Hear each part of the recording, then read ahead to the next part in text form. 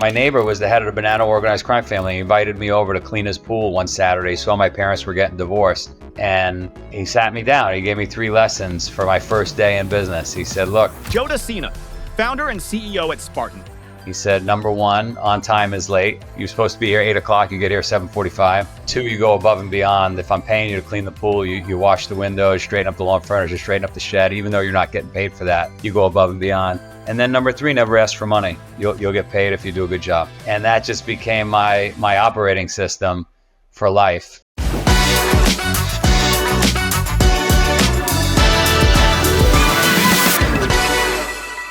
Hey Joe, how are you today?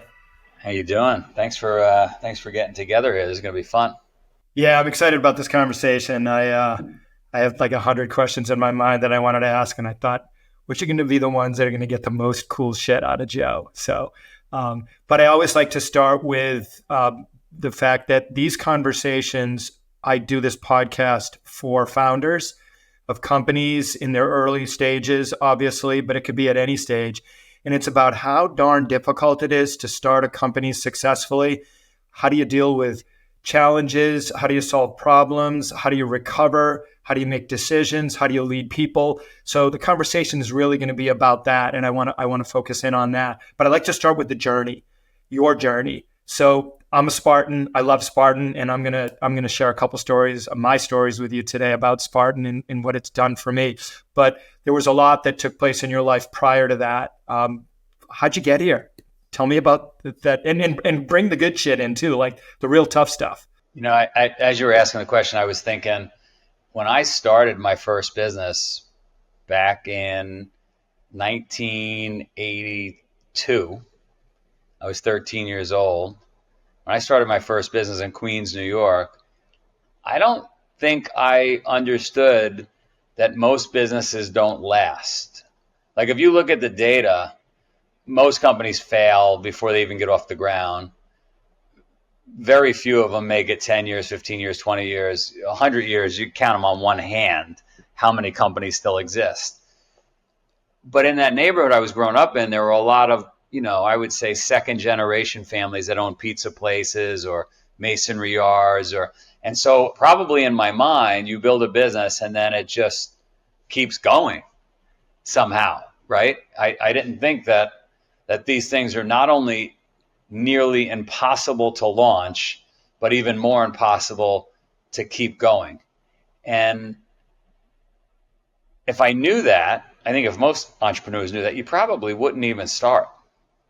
I think it's the lack of intelligence, the lack of knowledge that allows you to go. Certainly that's what got me going. I wanted to test myself back then. I wanted to know, was I tough enough? Was I smart enough? I wanted to make some money. And I was in a neighborhood where everybody had some sort of hustle going on. So it was just a thing to do. Joe, were you a street kid? I was a street kid, Queens, Howard Beach, New York. It was organized crime capital of the world back then. It was next to JFK Airport. And if it wasn't a pizza place or a masonry yard or, some kind of service business, then everybody else was doing bad things. It was a lot of organized crime. And I started at a young, my neighbor was the head of the banana organized crime family. He invited me over to clean his pool one Saturday. He saw my parents were getting divorced, and he sat me down. He gave me 3 lessons for my first day in business. He said, look, number 1, on time is late.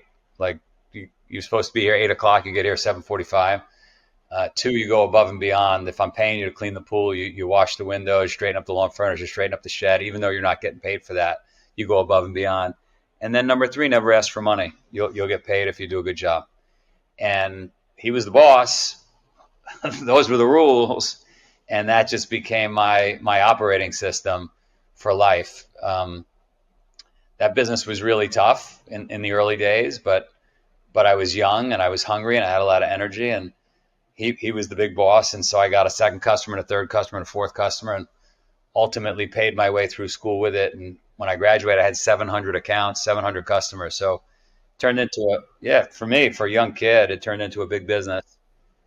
And ultimately I sold that, learned about Wall Street, somebody was begging me to go to Wall Street, and I went to Wall Street. I took a job, and for 2 years I worked on Wall Street at a firm. But I clearly was an entrepreneur. I didn't feel as comfortable having a job. So again, with a lack of knowledge, not knowing enough to get me to not do it, I started a firm on Wall Street. And I have no idea how my dog just got up here, but my dog is in the room with us. So when my wife sees that, I'm dead. But I built a firm on Wall Street, and then while I was on Wall Street, was under a tremendous amount of pressure, as most people are, not just as entrepreneurs, but also in that industry. And that's when I started participating in races back in the 90s. And yeah, the rest is history. What kind of races were these? So in those early days in the 90s, very long distance, crazy adventure races. So the longer distance they were, the more interesting they were to me. So like the Iditarod, the dog sled race across Alaska, or the Eco Challenge, or Badwater running through Death Valley, the hottest place in America. So if it was incredibly grueling, there was good risk you wouldn't make it, I was all in. And I think the reason I was all in, and the reason I sought those kinds of events, because they reminded me of the neighborhood. They were, a lot of guys in the neighborhood that I knew, they went away for 25 years. So imagine seeing friends, go away to jail, die, whatever, like no big deal running a race, right? No matter how hard it wasn't that. And it helped me take my mind off the realities of business. Yeah, no, that makes sense. I see you as a badass, man. You're a badass. And I ask you the question, what are 3 adjectives that you would want the world to use to describe you? Yeah, I would say change agent. Like, I'm really good at getting people to do things they don't want to do. Definitely a change agent. I want to be known as honorable and hardworking. I help people change. I'm honorable, and I'm hardworking.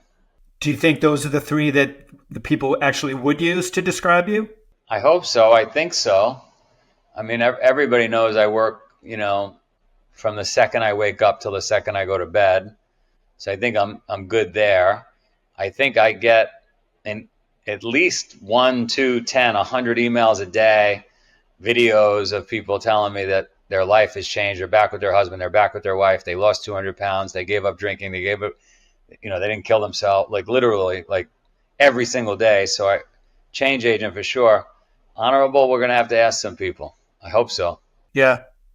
I think it's interesting to, perception versus reality, right? I want to be known as this, but what does the world really think of me is a question. So I want to talk about your book that just came out, which was sold out last week, but I got my order in. It's arriving next week. Extreme Balance is the name of it. What's it all about? And where'd you get the idea? And I know you got some partners involved in it. So what's that story? Yeah, right at the beginning of the pandemic, I met a guy named Ben Askren. He's a famous wrestler, famous MMA fighter, really rugged dude, big thinker. And he ran some ideas by me. He said, I got this idea for a book. A lot of us, we listen to a podcast, we read an article in a magazine, we go to a conference, and we think that there's one way to be successful at whatever it is you take on. But actually, he said, I think it's a battle of 2 things, right? Like the example in fighting he gave me was, you think about it, and you want to win, you want to crush your opponent. Right? You want to step on their neck. You want to kill them to win. And as long as you have that level of anger and anxiety, and you're going to win. And actually, he said, I think you got to respect them and at the same time want to kill them. And there's a paradox there. And so we started to go through many paradoxes that you've got to reconcile to be successful. Another one, to give you an example, would be like, you've got to be incredibly fastidious, organized, plan, business plan, have everything mapped out, right, to do a great job. But at the same time, you got to be ready for anything. You got to be completely malleable. You got to be, when life throws a left hook at you, you got to be able to deal with it. And so there's another paradox you've got to reconcile. Should you plan more, or should you be more loose and shoot from the right? So that's the book. It's a really good. I've written a lot of books. It's a good book, and it was sold out last week. So that's exciting, and it's for a crowd that doesn't know me as well, which is the MMA fighting crowd.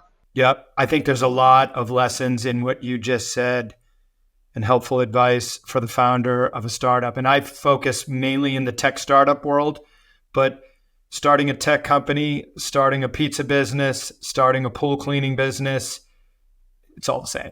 When you get down to it, it's about hard work. As you said, it's about resilience. It's about having a plan, knowing that it could change, all of that. So you're all about mental and physical toughness and overcoming obstacles. But one could argue that being that way might ruffle the feathers of those people who aren't that way. So how do you lead when you know that there are people who you're leading who aren't as tough and can't handle as much? At the very early age when I had that business, I had a couple of guys work for me after going through dozens and dozens of young kids that were from, nicer families. I had a couple of guys come from Poland, and they were bad. Like you would describe them as badass. They were just hardworking. They came over right after the wall came down, and they got up earlier than me. They stayed, later than me. They worked harder than me. And I learned at a very young age, at that age, that those are the kind of people I want to be around. Those are the kind of people I want to lead. They require less leading. They're amazing. And so as you become a larger organization like us, 500 people, you can't have all those because there's just not enough of them. But I think our organization weeds out those that don't fit that mold, that aren't resilient, especially after what we just went through with the pandemic. So I would say, I don't do really well with, I got to call a spade a spade. I don't do really well with folks that don't have those attributes, that aren't willing to lean in, that aren't resilient, et cetera, et cetera. I had this conversation this morning actually with a founder of a business, and we were talking about a couple of hires he made recently that didn't work out. And I said to him, one good way to go about it is write a list of the criteria that are non-starters for you that you have to have in that position for that person.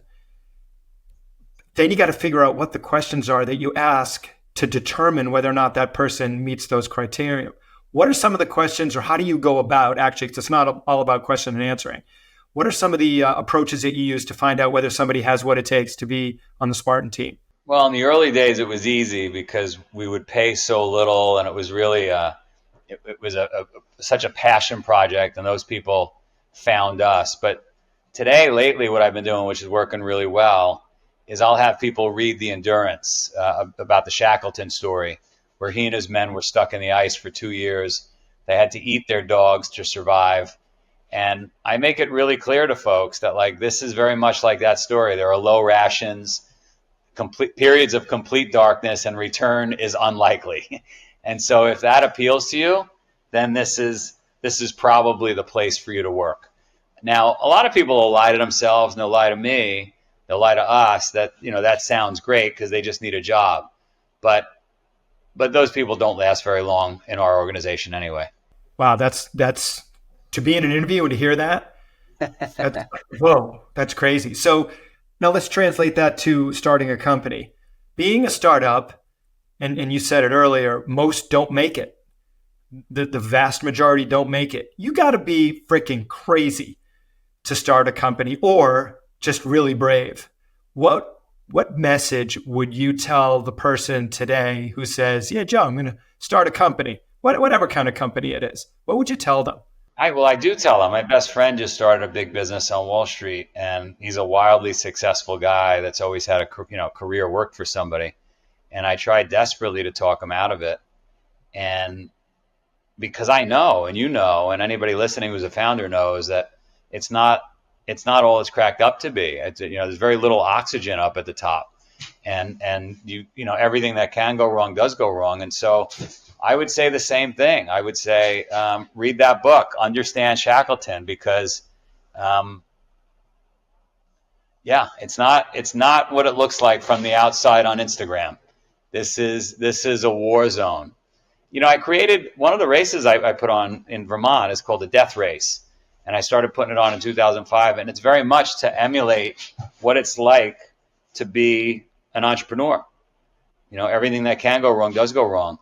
And just when you make it, like we were making it in 2019, we finally arrived. We finally figured this whole thing out. Then the pandemic comes and takes your legs out. So it's just a never ending series of obstacles that occurs. And I try to let people know that, but it's sexy and folks don't really hear what you're saying. Yeah. What do you do to chill when the shit gets really crazy? How do you bring yourself to a place where you can make rational decisions and continue to truck on? Well, I either go for like a 200-mile bike ride, or there's a dog sitting next to me that's a rescue, because there's something about dogs that calm us down as men, right? And women.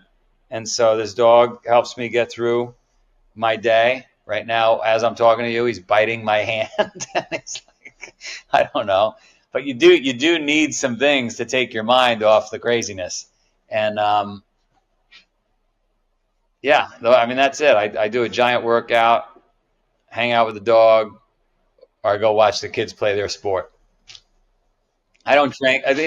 You could easily see how people take on bad habits, right? They go drink, they do things that don't optimize their health and wellness, and that's a danger zone. Trying to run a high performance operation like a business, like a startup, and not taking care of yourself at a high level it's a dangerous combo. Yeah, I've got an advisory business and I help early stage founders. And the one bit of advice that I give them, and a lot of them are young, they're young, just getting going. And I say to them, find some time in your day to step away from your business and go work out, go take a nap, go take a walk. To your point, go play with your dog. Just do something, and you have to build it in your schedule and make it a top priority, or you will burn. And they go, yep, Dan, I hear you. And they say they're going to do it. And then when I talk to them again, I say, did you do it? No, I didn't have time. I was too busy. Share your feelings of the importance of that, because this is a message that I know is critical for you. I would say building a business is like trying to become an Olympian. And Olympians take care of themselves, right? They learn how to recover. They optimize the food they eat. They sleep at the right times. They've got coaching. So back in the 70s and 80s, when I was building that first business, entrepreneurs that I saw and people hustling that I saw did not treat themselves like Olympians. They smoked cigars, they drank, they were up till late at night. My father didn't take care of himself. He was a uber entrepreneur. And there's just no way to play this game and not take care of yourself. So it's refreshing for me to see these influencers that are pushing this new trend towards having a fit body and trying to build or attempting to build or building a business. So you just can't do it. Something's going to break. Your business is going to break. You're going to break. Your relationship's going to if you don't treat yourself like an Olympian in this, something's going to break. So that's one of your core values. What are some of the core values that you emphasize your team outside of take care of your own physical and mental health? Well, like you said earlier, the team's got to be resilient. The team's got to be honorable. The team's got to know the mission, which is we're here to change lives, period, end of story. So when the going gets tough and you want to quit and you don't understand why we're doing this and the economics aren't there, you gotta go back and look at a video of somebody missing a leg or two legs and how this thing that we do changes lives. So you got to remember the purpose, remember the why. Not easy, but we've got to get along with each other, because under these high stress situations, when you're trying to do what we're doing, or any startup is, you're at each other's throats, which is another reason to take care of yourself, because if everybody was working out early in the morning and taking their cold showers and eating healthy, they're less likely to attack each other under pressure. So that's the message. I'm making it sound probably easier than it is. We've got our troubles and headaches just like every other business, which is the reason businesses don't last. But I would say where we are special is we just don't quit. We just keep going. Our customers, our vendors, our staff, we just don't stop. How do you keep the mission alive? Is it about money? These employees, think about Spartan employee, right? I'm going to come to work for you, Joe. I'm working my ass off so that Spartan could get bigger, and that makes you bigger and stronger and wealthier and the whole bit. But what's in it for me? I'd be curious to know what your leadership style is with regard to how do you make people care? Well, as a leader, you got to eat last, and they know that I eat last. Number one. Number two, they know I take all the risk on this thing. And then number three, we're really fortunate, unlike most of the companies out there. We get emails and testimonials from people every single day that say, I was drinking, I was smoking, I was on my couch, I found this, I'm in love again. My family, like, they just know the purpose, and they get to see the purpose every day unfolding in front of them. A lot of companies, a lot of employees, a lot of positions don't allow for that. It just oozes out of our entire ecosystem. Purpose. That's it, man. It is. That's it. So I want to talk to you about this farm that you have in Vermont where Fortune 100 companies come in and get their asses kicked by Joe Sena. So it's a real thing, and it produces some incredible results. Can you explain what that is? I don't really fully grasp it. Yeah, we've got a farm in Vermont. We've got 700 acres. That's where Spartan was born. It's where my kids were born. And we allow people, individuals, anybody can invite themselves up. They just got to shoot me an email, joe@spartan.com. Companies come up from the Goldman Sachs down, Nikes, you name it. And they're just looking to build higher performing teams. They're looking to get everybody gelling, get an offsite, a new way to think, creative thinking. And we basically apply the Spartan principles to them on that farm, break them down, let them build themselves back up, and go back to their office refreshed and with a renewed sense of purpose. Can you share any specific experiences of a major transformation in maybe a business entirely, or in a leader, a person? Well, I mean, the biggest transformation we ever had was an individual. We had a 696-pound guy show up, and we worked him down for 18 months. We got him to 265 pounds. We disconnected him from his job. We fed him raw fruits and vegetables. He walked 20 miles a day around the farm, up and down the mountain, carrying a sandbag. Worked with him every single day, motivated him. I mean, that was an incredible transformation. But lots of companies have come up. There's a great company out of Philly. I'm trying to think of the name of it. A husband and wife bought this cleaning company, and they said since they got to the farm, they clean offices, they do commercial buildings. I think they were doing $5 million a year, but since they came to the farm, their business had quintupled, and that's hard to even imagine. It's not even believable. Like, how could it be that 3 or 4 days on the farm did that? But I think even for myself, we get into our office, we get into our grind, we get into our mode. We don't necessarily talk that much to people around us. We're all, we've got high expectation. We're just doing the work. And when you go off site and you do the hard work together and you talk it through, you do get some breakthroughs. And in that particular example, as well as dozens of others, they had some tremendous success. That's amazing. I love hearing that. So in the world that I play in, which is the tech startup world, there's a tremendous focus, or at least there was. It's starting to go away a little bit, on rapid growth, quick exit. Let's make the money. Let's satisfy our investors.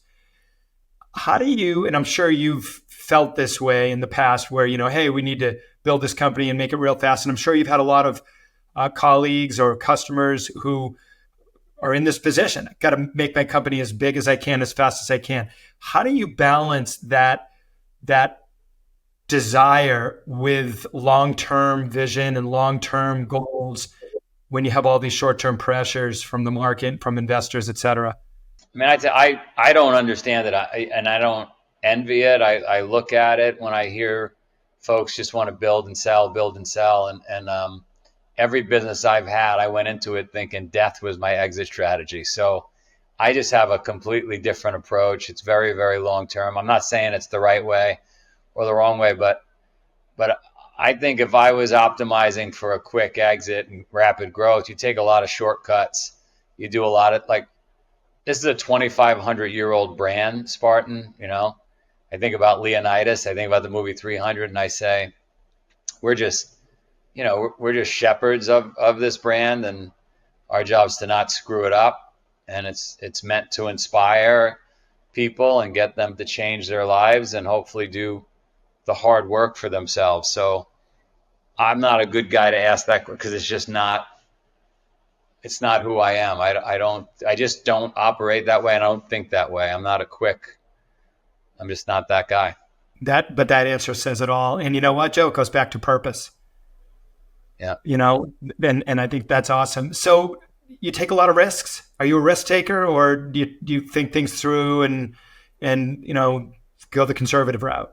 I take a lot of risk, but like that book that we just published, Extreme Balance, but at the same time, I make sure we don't take fatal risks, right? So we could take risks. I always do a quick analysis, upside, downside. Here's the upside. Is the downside fatal? Can't do it. So the downside is, it's not going to kill us, but it'll wound us. We could deal with that. Yep. Who gave you your advice along the way? Well, I've had a lot of people over the years. Certainly the boss I told you about, my dad, my uncle, my family, my mother. There's a guy, Al Capucci, my buddy up in Ithaca, New York, who's 85 now. My buddy Jimmy Benz, Marty Fox. For whatever reason, I understood at a very young age, probably from that first experience with my neighbor, that older people would give me advice if I asked. If I listened and if I actually took the advice and they saw me put it into action, they had time for me.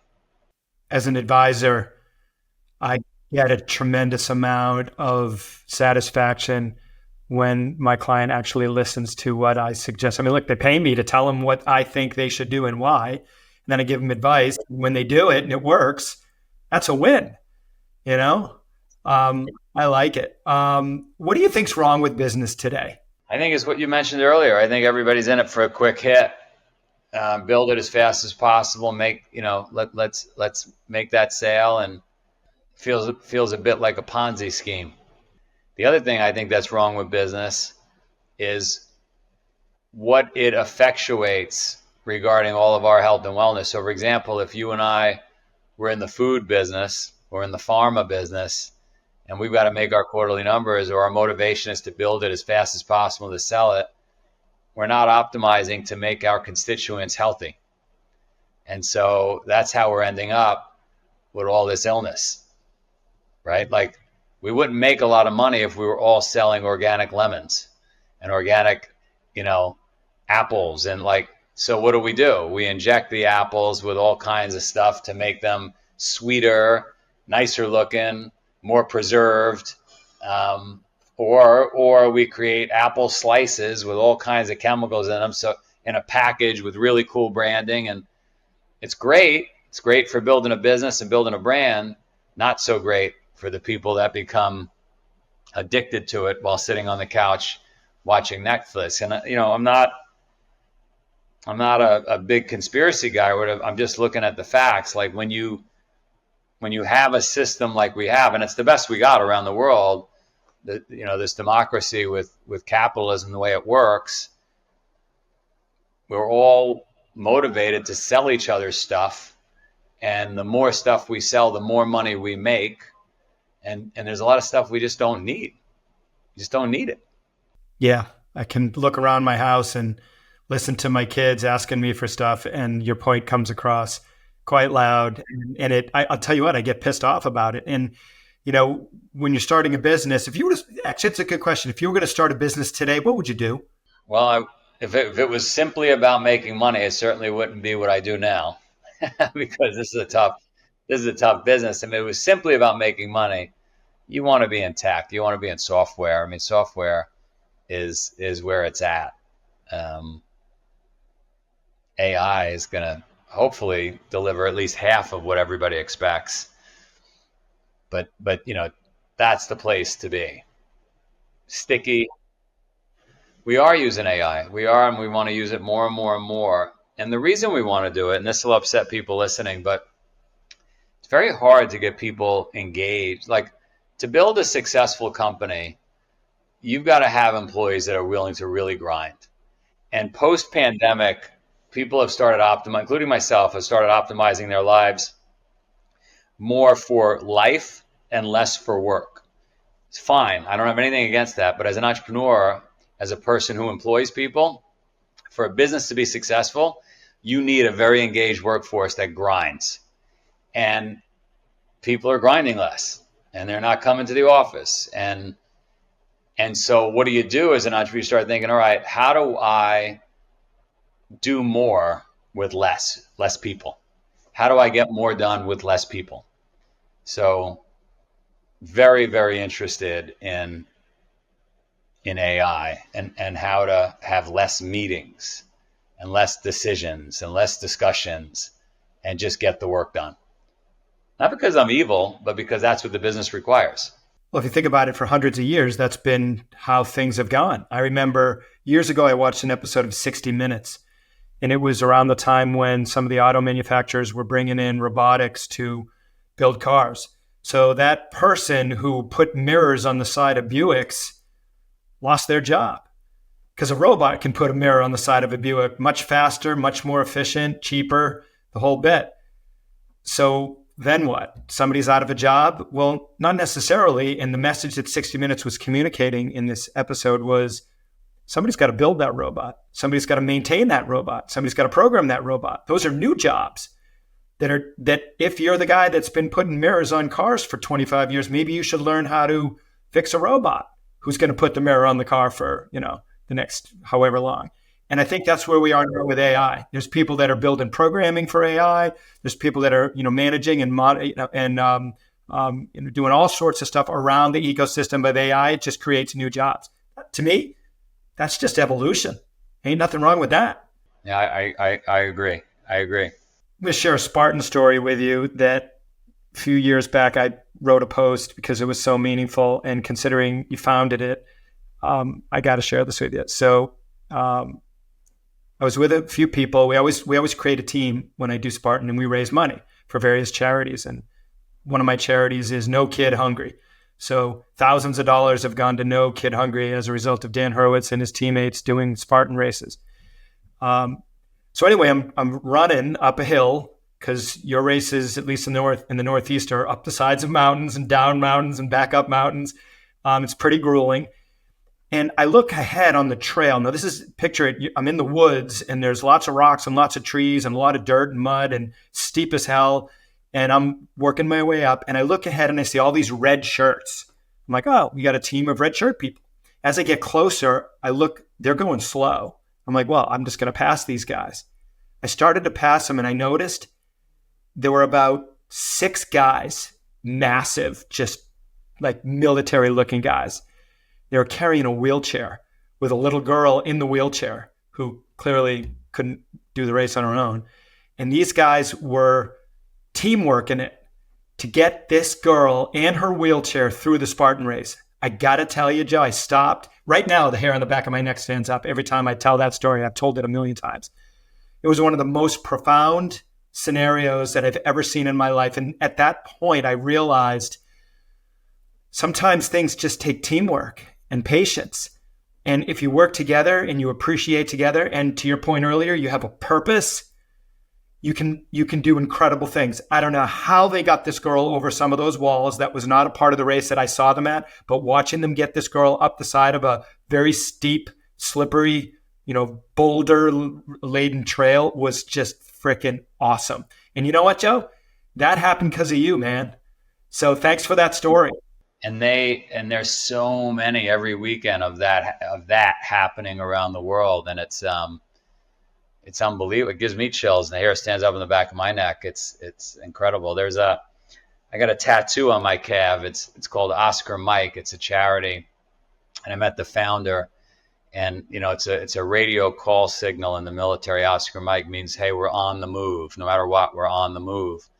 And the founder said, hey, someday we see each other again, we'll get tattoos. And we bumped into each other at one of our races at West Point, so we both went and got tattoos. But these guys do the same thing. They get guys and girls out there that are missing limbs, that are paralyzed, that are in wheelchairs, and they get them through. I need to do more marketing around that and try to invite able-bodied folks to come out and experience what you just described, because it is powerful. It's powerful, and it really helped me understand my purpose. And I'm glad that our conversation went in that direction over this last 30, 40 minutes, because if you're a founder today and you're going to build a company, I think the first thing that you need to think about is, what's my purpose for doing this? And it needs to be meaningful, and every single person on your staff needs to understand and know that purpose, so that they have a purpose, and so that your purpose and their purpose match for their career aspirations. I think that's important stuff, and it's too uncommon these days. So let's make it common. Anyway, Joe, how do people get in touch with you when they want to reach out to Joe DeSena? Everybody could email me, joe@spartan.com.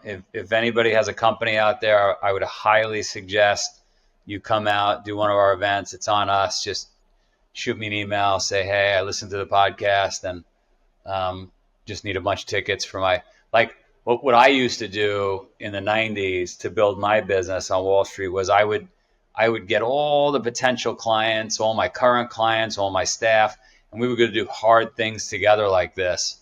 And that energized my business. I mean, we 5x'd our business just by doing that, because, a lot of companies take people to play golf, they go drinking, whatever. Everybody could do that. But when you do hard stuff together, you build bonds for life. So shoot me an email, joe@spartan.com. Check me out on Instagram @realjoedesena. And you guys are awesome. I love hearing these stories. Hey, man, thanks for giving me the opportunity to have that story. I appreciate it. It's been great talking to you. Speak to you soon. All right, man.